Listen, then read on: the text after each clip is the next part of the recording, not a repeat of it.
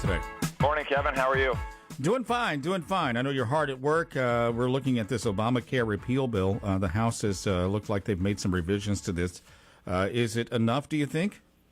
Kevin, I'm still reviewing the big amendment that was filed last night. It's one reason why I think the House has moved a little too fast on something as complicated and consequential as health care. We should take our time to move in a careful, deliberative fashion to get the best outcome for Arkansans, which means ultimately people getting onto market-based insurance and premiums coming down.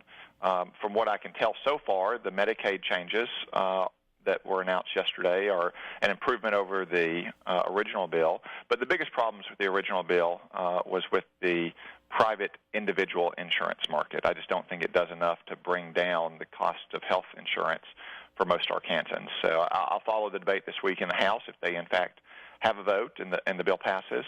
But ultimately, my focus will be getting a bill right, which means getting a bill that moves people off of Medicaid and into market-based insurance while making market-based insurance more affordable for everyone. Senator, maybe you can give a little civics lesson here, or perhaps some insight or speculation on this. The GOP health care bill, when they first put it out, they said, okay, this is it. This is it. We got to go with this one.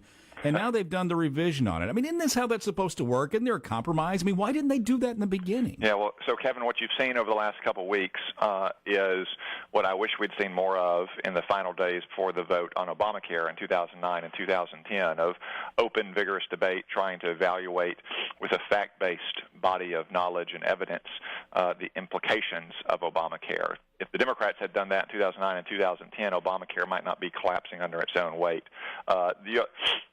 As in lots of walks of life, Kevin, and politics the same way, people, can get chesty and make big claims or beat their chest or make bluffs, but then again, other people can call those bluffs and, move back to the negotiating table. Anyone who's read Art of the Deal knows that, Kevin.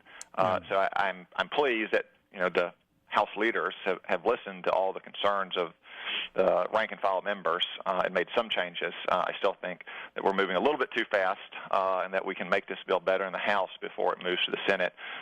Committees in the House are the easiest place to change legislation in the Congress. The Senate floor is the hardest place to change legislation, Kevin. Senator Neil Gorsuch, he is speaking before lawmakers. Biggest issue he's going to have to face if he is to be confirmed.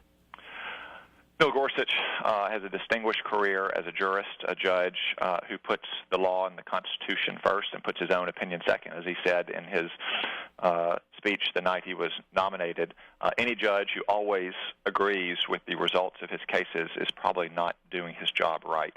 I know the Democrats want to pick and choose among this case or that case and say Neil Gorsuch rules for the big guy versus the little guy, or big corporations versus people. I would simply say that a judge shouldn't rule for anyone or any organization before the facts and the law are understood. His job is not to be on the side of the big guy or the little guy. His job is to apply the facts and the law in any particular case. Sometimes that means the big guy is going to win. Sometimes that means the little guy is going to win. But ultimately, we all win by having judges who apply the facts and the law in an honest, impartial fashion. Senator Tom Cotton, my understanding is you made a trip to Israel. What did this concern?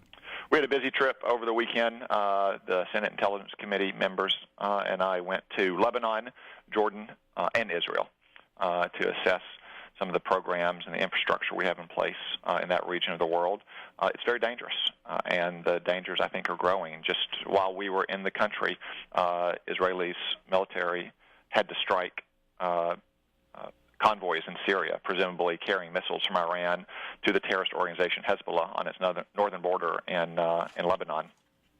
This has happened from time to time over the years, but it's just a reminder of what a threat Iran poses, putting aside its nuclear program, to the United States and our allies in its campaign for imperial aggression around the Middle East and its support for terrorism.